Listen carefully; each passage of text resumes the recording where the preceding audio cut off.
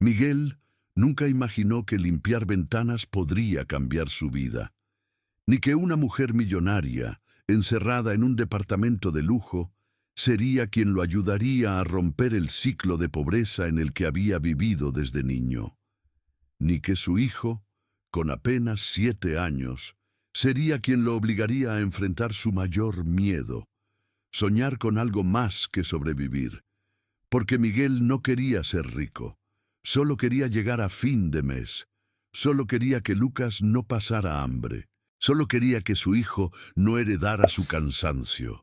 Pero a veces la vida pone una oportunidad justo frente a ti y te pregunta si tienes el valor de tomarla. Quédate hasta el final, porque esta historia no es sobre dinero, es sobre dignidad, es sobre segundas oportunidades y sobre cómo un hombre pobre terminó cambiando muchas vidas sin dejar de ser humilde. Miguel se despertaba todos los días a las 4:30 de la mañana, sin necesidad de despertador, no porque fuera disciplinado, sino porque el cansancio se le había metido en los huesos. Dormía ligero, con un ojo cerrado y el otro atento, como si el cuerpo nunca terminara de confiar en que podía descansar de verdad. El techo del cuarto era de lámina vieja, con manchas de humedad que formaban figuras extrañas cuando las miraba mucho tiempo. Lucas decía que una parecía un dragón. Miguel decía que parecía una nube. La verdad es que parecía abandono, pero ellos ya no lo notaban. Ese cuarto, construido en el patio trasero de una casa ajena, era su hogar. Tenía una cama individual donde dormían los dos, una cobija gastada, una mesa coja que siempre estaba a punto de caerse, una silla con una pata más corta, una hornilla eléctrica que solo funcionaba si el enchufe estaba torcido, y una ventana pequeña por donde entraba el ruido del barrio. Perros, motos, gente discutiendo, música lejana. Era un barrio que nunca dormía del todo. Miguel se levantaba despacio para no despertar a Lucas. Se sentaba un momento en el borde de la cama, respiraba hondo y pensaba, un día más, solo un día más. Siempre empezaba así. No pensaba en semanas, no pensaba en meses, mucho menos en años. Pensar lejos dolía, pensar lejos cansaba. Pensar lejos era peligroso, porque podía decepcionarse. Así que pensaba en hoy, en sobrevivir hoy, en llegar a la noche, en acostarse sin deudas nuevas, en que Lucas comiera. Eso era todo, y eso ya era mucho. Se dirigía a la pequeña cocina, ponía agua en una olla abollada, esperaba. Mientras tanto, se lavaba la cara con agua fría. Se miraba en el espejo roto, un espejo donde su reflejo siempre aparecía partido en dos, como si su vida también estuviera así, fragmentada. Tenía 38 años, pero parecía mayor, arrugas alrededor de los ojos, manos llenas de callos, espalda rígida, hombros caídos, no por tristeza, por peso, por cargar demasiado durante demasiado tiempo. Preparaba café instantáneo, 2 tazas, una para él, una para Lucas, aunque el niño casi nunca lo tomaba. Decía que sabía feo.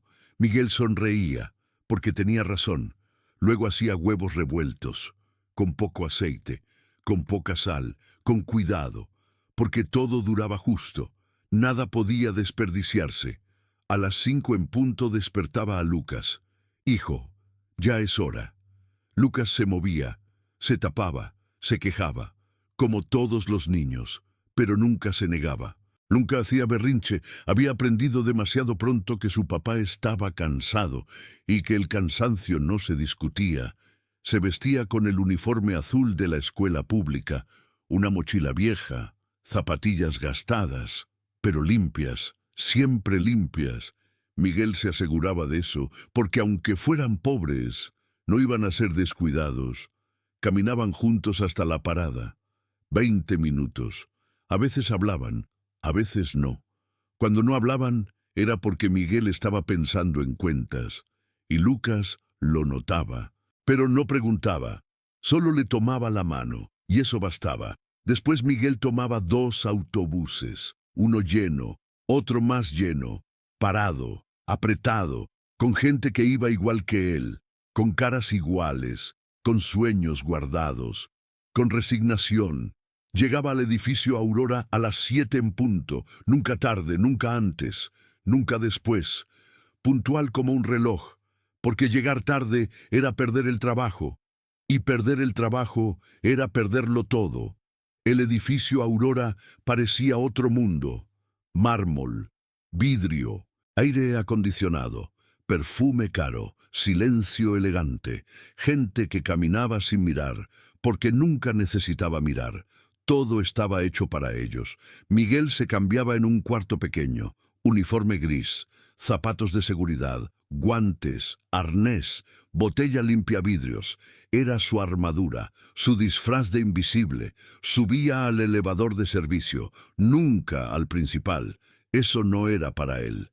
Y comenzaba, ventana por ventana, piso por piso, altura por altura, colgado, balanceándose, con el viento golpeándole la cara, pensando, si me caigo nadie va a saber quién soy. Y eso era verdad. La mayoría no lo miraba, otros lo miraban con molestia, algunos con lástima, nadie con interés real. Nadie decía, ¿cómo estás? ¿Cómo te llamas? ¿Todo bien? Era parte del paisaje.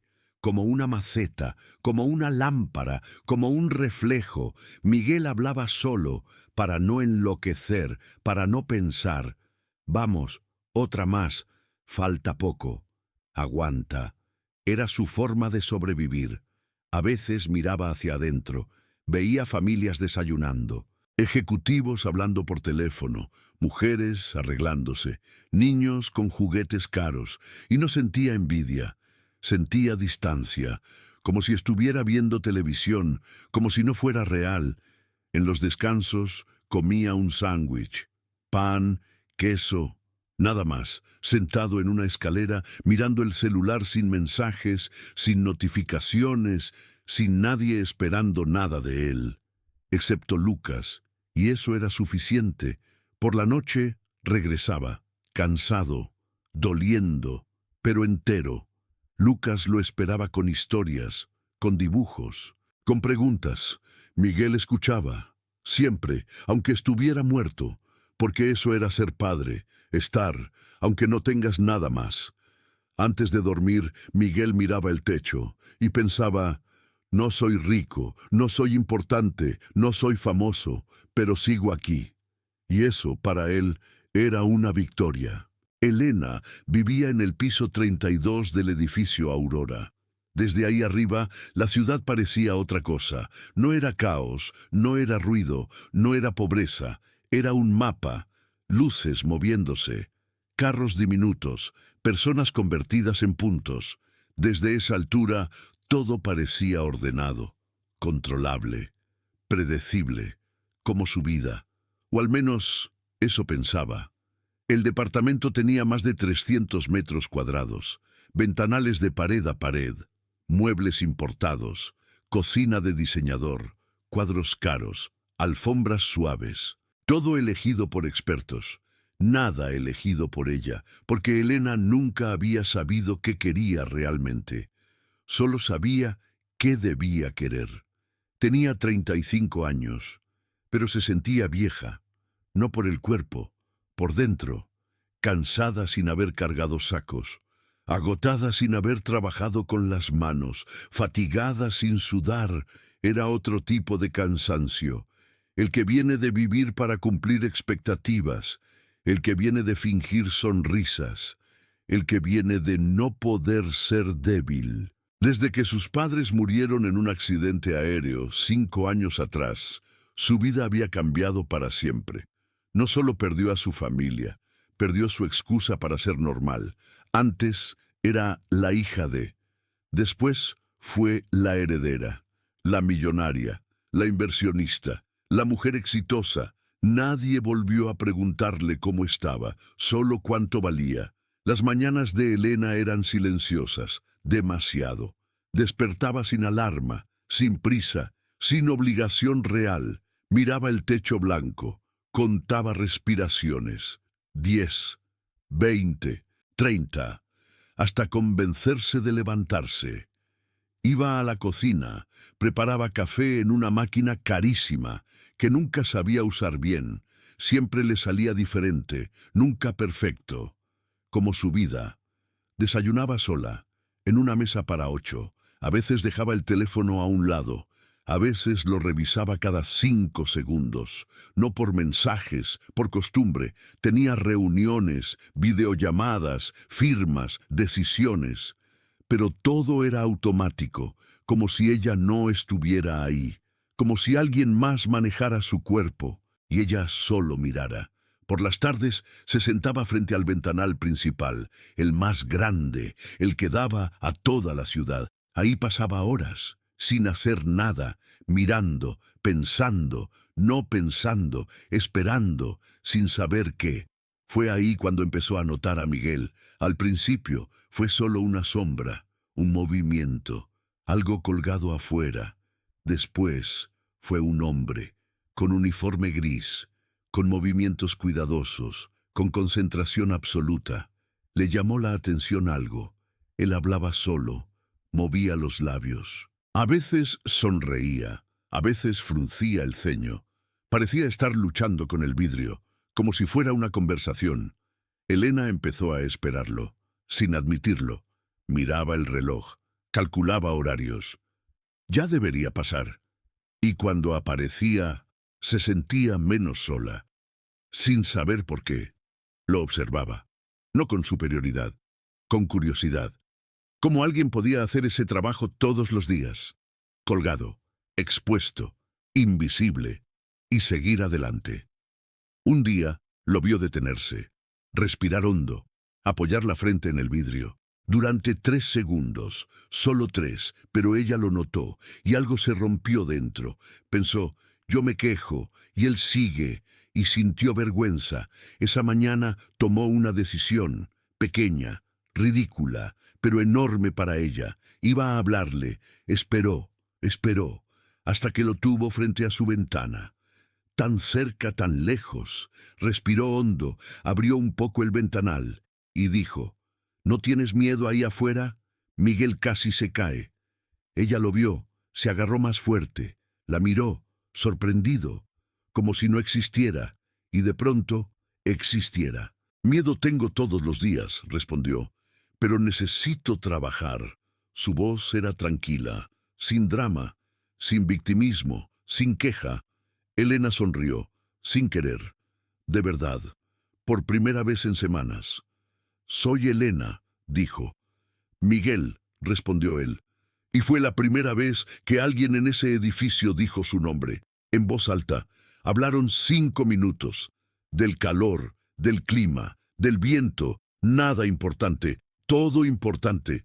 Cuando Miguel se fue, Elena se quedó mirando el reflejo en el vidrio y pensó, hoy hablé con alguien de verdad. Desde ese día empezaron a saludarse, luego a conversar, luego a esperar esos momentos. 5 minutos, 10, a veces 15. Miguel no pedía nada, nunca. Eso la desconcertaba. Todos los demás querían algo. Él no, solo hablaba. Ella empezó a contarle cosas, pequeñas, que no le decía a nadie, que se sentía sola, que odiaba su departamento, que a veces no veía sentido. Miguel no juzgaba, solo escuchaba, y eso valía más que cualquier terapia. Una tarde, Elena le preguntó, ¿por qué trabajas tanto? Miguel pensó, porque mi hijo merece algo mejor que yo. Esa frase la acompañó toda la noche, en la cama, en la ducha, en la oscuridad. Mi hijo merece algo mejor.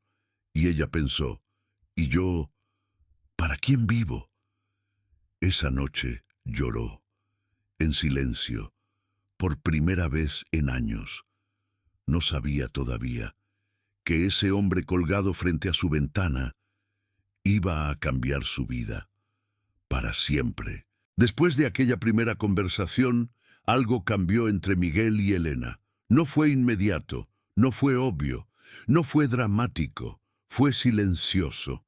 Como casi todas las cosas importantes, al principio solo se saludaban. Buenos días, nada más. Pero ese buenos días ya no era automático. Tenía intención, tenía presencia, tenía reconocimiento.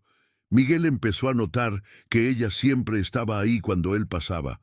Antes, muchas ventanas estaban vacías. Ahora, en el piso 32, siempre había una silueta rubia esperándolo, con una taza en la mano, con una mirada atenta. Elena, por su parte, empezó a organizar sus mañanas alrededor de esos minutos, sin admitirlo, sin decirlo en voz alta. Pero lo hacía, movía reuniones, atrasaba llamadas, dejaba el celular lejos, solo para no perder ese momento. Al principio hablaban del clima, del viento, de lo difícil que era limpiar cuando llovía, de lo molesto que era el polvo. Cosas simples, seguras, sin riesgo. Después, poco a poco, empezaron a hablar de la vida.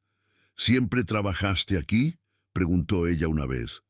No, antes fui guardia, repartidor, ayudante de obra, lo que saliera. ¿Y por qué este? Miguel sonrió. Porque no me preguntaron por estudios. Elena no supo qué responder. Nunca nadie le había rechazado un trabajo por no tener estudios. Nunca había tenido que pensar en eso. Otra tarde ella preguntó, ¿vives lejos? 2 autobuses. ¿Y tu hijo? Va a una escuela del barrio. ¿Te alcanza? Miguel dudó, pero fue honesto. Justo. Siempre justo. Esa palabra se le quedó grabada. Justo. Ni más, ni menos. Justo para sobrevivir. Elena empezó a contarle cosas también. Al principio, versiones editadas. Trabajo en inversiones. Viajo mucho. Casi no tengo tiempo. No decía, no tengo a nadie. No confío en nadie. Me siento vacía. Eso vino después. Miguel hablaba de Lucas, siempre, con orgullo, con ternura, con cansancio. Ayer sacó 10 en matemáticas. Le cuesta leer, pero se esfuerza. Quiere ser futbolista. Dice que me va a comprar una casa. Elena escuchaba, como si fuera una serie, como si fuera lo más interesante del mundo, y en cierto modo, lo era. Un día, Elena le preguntó, ¿nunca te cansas? Miguel la miró sorprendido. Todo el tiempo. Entonces, ¿por qué sigues?, pensó. Porque si me detengo, se cae todo. Ella entendió. Demasiado. A veces, el contraste era evidente. Miguel colgado con un arnés gastado, Elena con ropa de diseñador, él sudando, ella con aire acondicionado, él contando monedas, ella manejando millones, y sin embargo, en esos minutos, eran iguales, 2 personas hablando, nada más. Una mañana, Miguel llegó más callado. Elena lo notó. ¿Todo bien? Lucas tuvo fiebre. ¿Y ahora? Me dijo que ya está mejor. Pero no sonaba convencido. Ella sintió algo raro, una preocupación real, no profesional, no educada, humana. Ese día, después del trabajo, Elena buscó en Internet escuelas públicas Barrio San Marcos, centros de salud gratuitos, niveles de pobreza ciudad. Nunca antes lo había hecho, y se sintió ignorante. Otra tarde, Miguel llegó con una sonrisa. Me ascendieron. ¿En serio? Ahora superviso a los nuevos. Felicidades. Elena aplaudió, sincera, como si fuera un logro propio. Miguel se sorprendió. Nadie había celebrado sus pequeños avances antes. Empezaron a confiar. Sin darse cuenta, Miguel le contó de su esposa, de cómo se fue, de cómo no volvió, sin rencor, con resignación.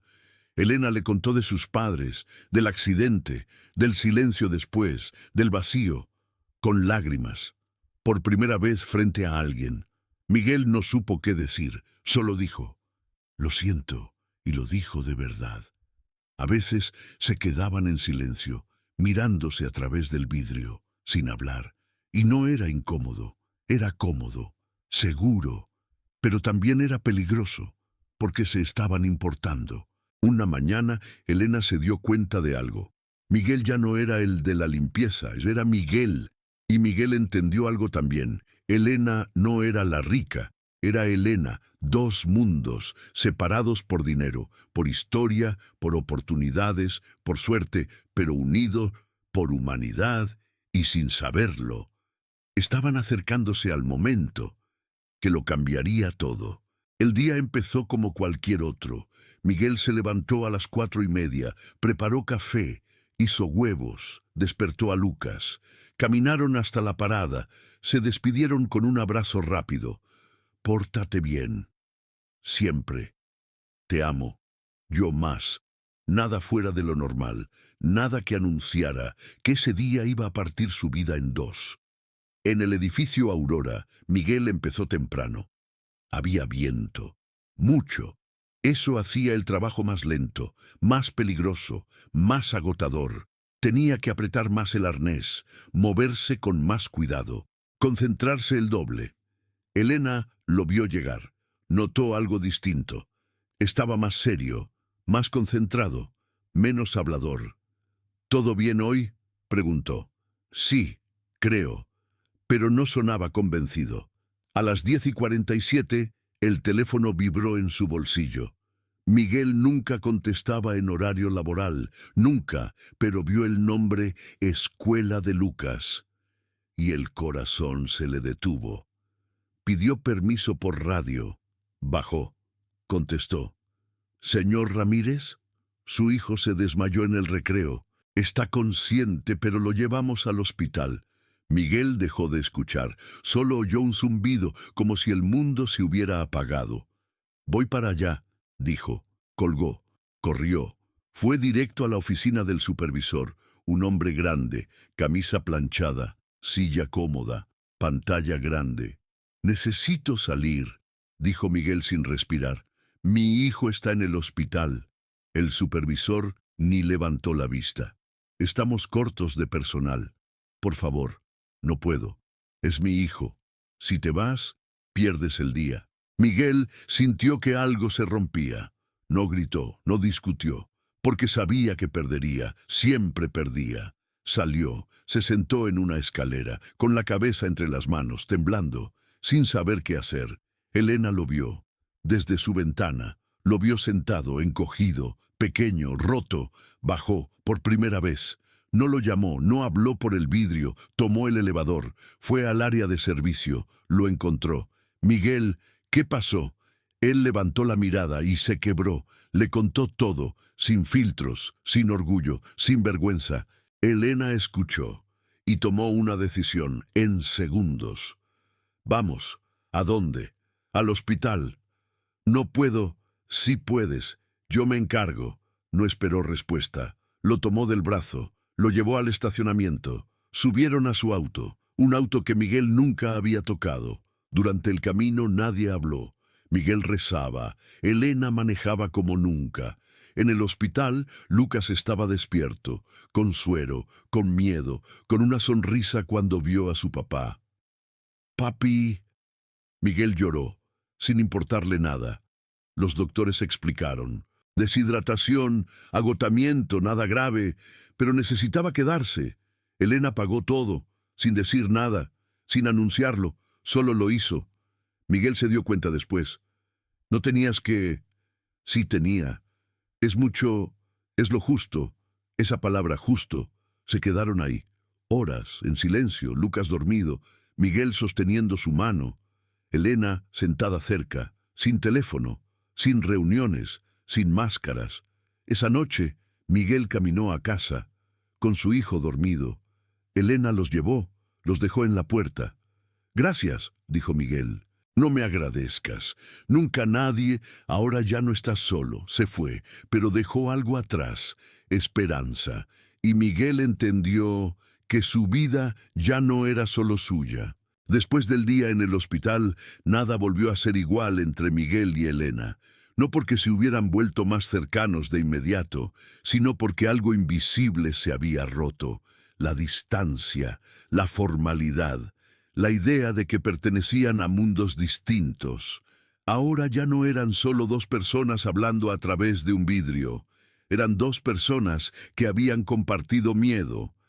Y el miedo une.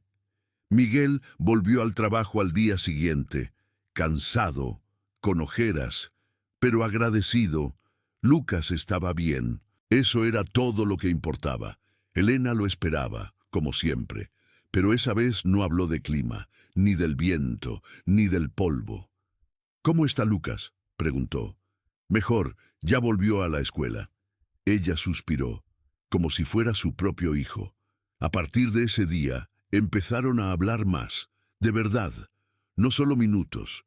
A veces, Miguel se tomaba su descanso cerca de su ventana. Ella bajaba café. Se sentaban, conversaban, sobre todo, sobre nada. Elena empezó a conocer la vida real, a través de Miguel.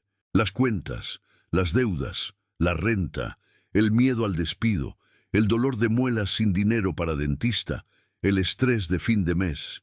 Miguel empezó a conocer el otro lado, la presión, la soledad, la desconfianza, la gente falsa, los intereses escondidos, y entendió algo. Ser rico no era ser libre. Una tarde, Elena no apareció. Miguel lo notó. Esperó. Nada. Pasó, se fue, con una sensación rara. Al día siguiente tampoco. Al tercero apareció, con ojeras, con el cabello desordenado, sin maquillaje. «¿Todo bien?», preguntó Miguel. Ella dudó. No, ese día por primera vez, Elena lo invitó a pasar. «¿Quieres subir después del trabajo?». Miguel dudó, nunca había entrado. No sé si solo hablar. A las 6 subió, por el elevador principal, por primera vez. Se sintió fuera de lugar. El departamento lo impresionó, pero no lo envidió. Lo sintió vacío. Se sentaron. Café, silencio. Elena habló de sus padres, de la empresa, del cansancio, de sentirse inútil, de no saber para qué vivía. Miguel escuchó, como siempre. «Tengo todo y no tengo nada», dijo ella. Él pensó, «Yo no tengo casi nada y tengo a Lucas». No lo dijo, pero ella lo entendió. Semanas después, Elena empezó a hacerle preguntas. «¿Qué sabes hacer además de limpiar?». «Mucho. Carpintería, electricidad, reparaciones, pintura». «¿Dónde aprendiste?». «Trabajando». Ella empezó a tomar notas, en secreto. Una noche lo invitó a cenar. Comida sencilla, nada lujoso, porque sabía que eso lo incomodaba. Después del postre, respiró hondo. «Quiero proponerte algo». Miguel sintió miedo, instintivo. «¿Qué cosa?». «Quiero crear una empresa, de mantenimiento, de formación, de oportunidades. Quiero que tú la dirijas». Miguel se quedó en silencio. Pensó que era una broma. «¿Yo?». «Sí. No tengo estudios». «¿Tienes experiencia?». «No sé administrar». «Aprende rápido». «No pertenezco a ese mundo. Ese mundo necesita gente como tú». Miguel se levantó. Caminó. Se pasó la mano por el rostro. «No quiero caridad». Elena se levantó también. «No es caridad, es inversión en alguien que vale». «¿Por qué yo?». Ella lo miró. «Porque nunca me pediste nada, ni cuando más lo necesitabas». Eso lo golpeó. «Piénsalo», dijo ella, sin presión. Miguel volvió a casa confundido, con miedo, con ilusión, con rabia. Esa noche no durmió. La propuesta estaba sembrada, y ya no podía ignorarla. Miguel no volvió a dormir bien desde la noche en que Elena le hizo la propuesta. No fue insomnio, no fue ansiedad, fue algo peor. Era como si su mente se hubiera quedado encendida para siempre, como una luz que no se apaga. Pensaba, y pensaba, y pensaba, sin parar. Esa primera noche se quedó mirando el techo durante horas, escuchando el ruido lejano de los autos, el ladrido de los perros, la música de algún vecino, la respiración tranquila de Lucas. Y cada sonido le recordaba lo mismo. Tenía algo que perder. Si acepto, puedo fallar. Si fallo, pierdo todo. Si pierdo todo, ¿qué le doy a mi hijo? Se giraba en la cama, se tapaba, se destapaba, nada funcionaba. A las 3 de la mañana se levantó. Fue a la cocina, Tomó agua, se apoyó en la pared y se miró en el espejo roto. «¿Quién te crees que eres?», susurró. Vio su reflejo partido, como siempre, y pensó, «Ni siquiera estoy completo». En el trabajo, los días siguientes fueron borrosos. Limpiaba, subía, bajaba, pulía, revisaba, todo automático, como una máquina. Un compañero le habló. «Oye, Miguel, ¿todo bien?». «Sí, mentira. Dejó caer una herramienta. Casi no se da cuenta. Otro día se equivocó de piso. Nunca pasaba. Su jefe lo notó». «Estás distraído». «Perdón». En el autobús miraba por la ventana sin ver. Las calles pasaban, las tiendas, la gente, y él estaba en otro lugar. Recordaba su infancia, una casa de madera, un padre cansado, una madre silenciosa. Su padre siempre decía, «El pobre no puede soñar, soñar es para los ricos». Miguel había crecido creyendo eso, aunque nunca lo admitiera. Recordó la primera vez que quiso ser algo más. Tenía 15 años. Quería estudiar electricidad.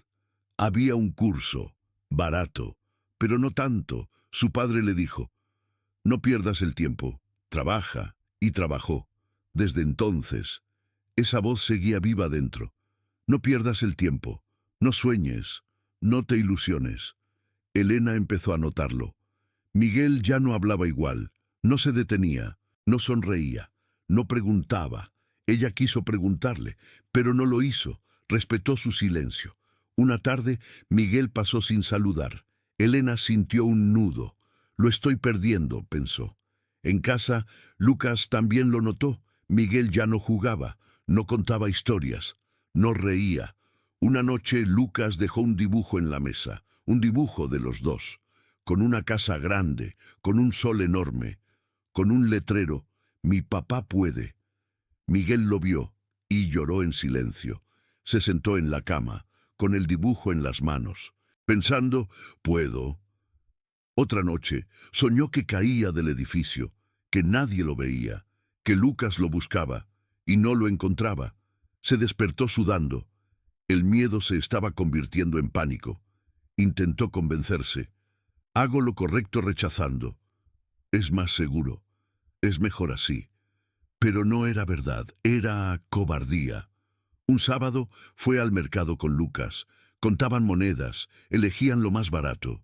Lucas miró un juguete, lo dejó, sin pedir. Miguel sintió vergüenza, no por ser pobre, por conformarse.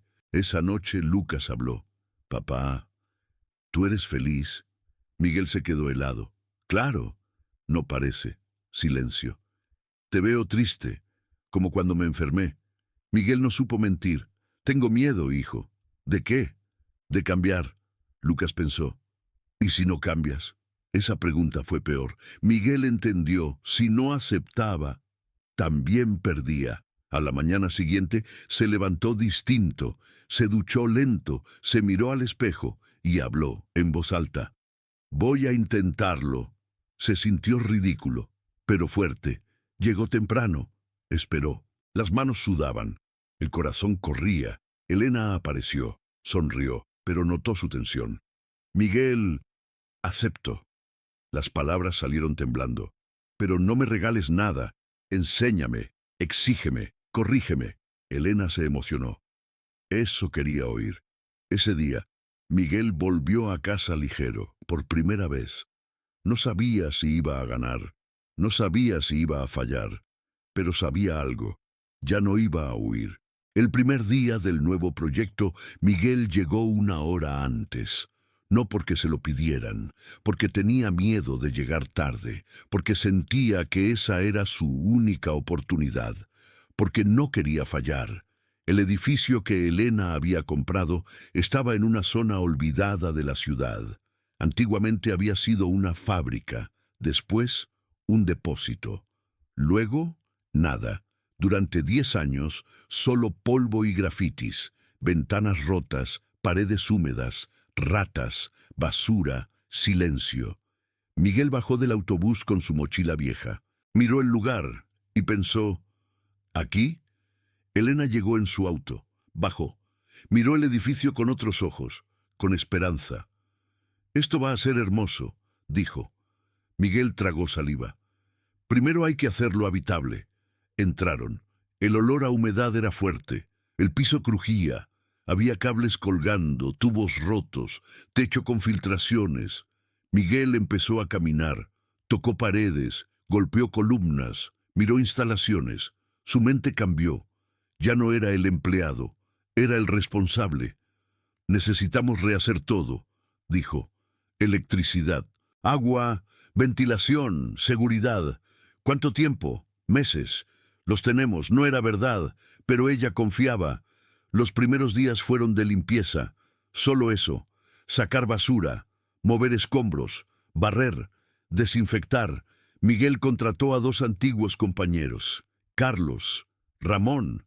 Gente trabajadora, pagaban poco, pero a tiempo, siempre.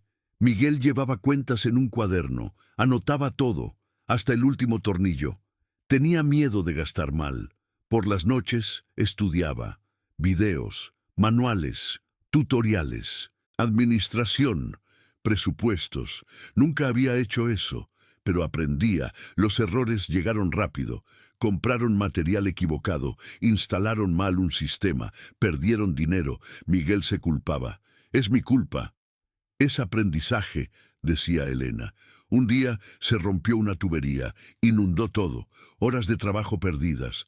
Miguel se sentó en el suelo, derrotado. «No sirvo para esto». Elena se sentó a su lado. «Nadie nace sabiendo». Lucas iba los fines de semana, hacía tareas en una esquina. Observaba. Preguntaba, «¿Para qué sirve eso? ¿Por qué miden así? ¿Cómo sabes que quedó bien?». Miguel enseñaba. Con paciencia. Empezaron a llegar voluntarios, gente del barrio, curiosos, desempleados. Miguel hablaba con ellos, los escuchaba, no prometía, explicaba. «Aquí no regalamos nada, aquí se trabaja». La gente respetaba eso. 3 meses después tenían 3 salas listas. Taller de electricidad, carpintería, mantenimiento. Pero no tenían alumnos. Miguel se desesperó. «¿Y si nadie viene?» «Vendrán», dijo Elena. «Y si no, entonces iremos a buscarlos». Fueron a barrios, a iglesias, a centros comunitarios. Hablaron, invitaron, explicaron. El primer día llegaron 5 personas, solo 5. Miguel se emocionó. Como si fueran 100, preparó las clases, escribió planes, ensayó frente al espejo. El primer día tartamudeó, se equivocó, se olvidó cosas, pero fue honesto. «Estoy aprendiendo con ustedes». Eso generó confianza. Hubo conflictos, gente que abandonó, que se quejó, que pidió dinero. Miguel fue firme. «Esto no es caridad». Algunos se fueron, otros se quedaron. Los resultados llegaron lento. Un alumno consiguió trabajo, luego otro, luego 2 más. Cada historia era una victoria. Miguel empezó a cambiar. Caminaba distinto, hablaba distinto, pensaba distinto. Ya no bajaba la cabeza, la levantaba. Un día, el antiguo supervisor lo llamó. «Oí que te va bien». Miguel sonrió. «Me va real». Esa noche abrazó a Lucas. «Lo estamos logrando, hijo». «Siempre lo supe». Elena lo observaba, orgullosa, en silencio. El lugar ya no era ruina, era esperanza, y aún faltaba lo más importante, aprender a creer en sí mismo. El Centro Aurora abrió un lunes sin ceremonia, sin discursos, sin cámaras, sin aplausos, solo con una puerta abierta, un letrero sencillo, y Miguel parado en la entrada, con una camisa planchada, con nervios, con orgullo. Eran las 7 de la mañana. El sol apenas salía. El barrio todavía bostezaba. Miguel respiró hondo. Recordó cuando ese lugar era ruinas, basura, ratas, oscuridad. Ahora olía a pintura nueva, a madera, a café, a oportunidad. El primer estudiante llegó a las 7:10. Un hombre de 40 años, exalbañil, desempleado, con miedo. «¿Aquí es?» «Sí, bienvenido». Miguel le dio la mano, firme, respetuosa. Después llegó una mujer, madre soltera, con 3 hijos. Quiero aprender electricidad. Puedes. Y así llegaron más. Poco a poco. Ese primer mes fueron 15. El segundo, 30. El tercero, 50. Miguel aprendió a conocer historias, dolores, errores, sueños, gente que había salido de prisión, jóvenes sin escuela, mujeres abandonadas, migrantes. No eran números, eran personas. Miguel les enseñaba técnica, pero también dignidad. Aquí nadie es menos. Aquí nadie viene a mendigar. Aquí se viene a construir. Elena estaba todos los días, con casco, con guantes, aprendiendo, equivocándose, riendo. Por primera vez tenía cicatrices y las amaba. Lucas tenía su rincón, una mesita, colores, cuadernos. Todos lo conocían. Hola, jefe pequeño. ¿Ya hiciste la tarea? ¿Hoy juegas fútbol? Era parte del lugar. Un año después, hicieron un recuento.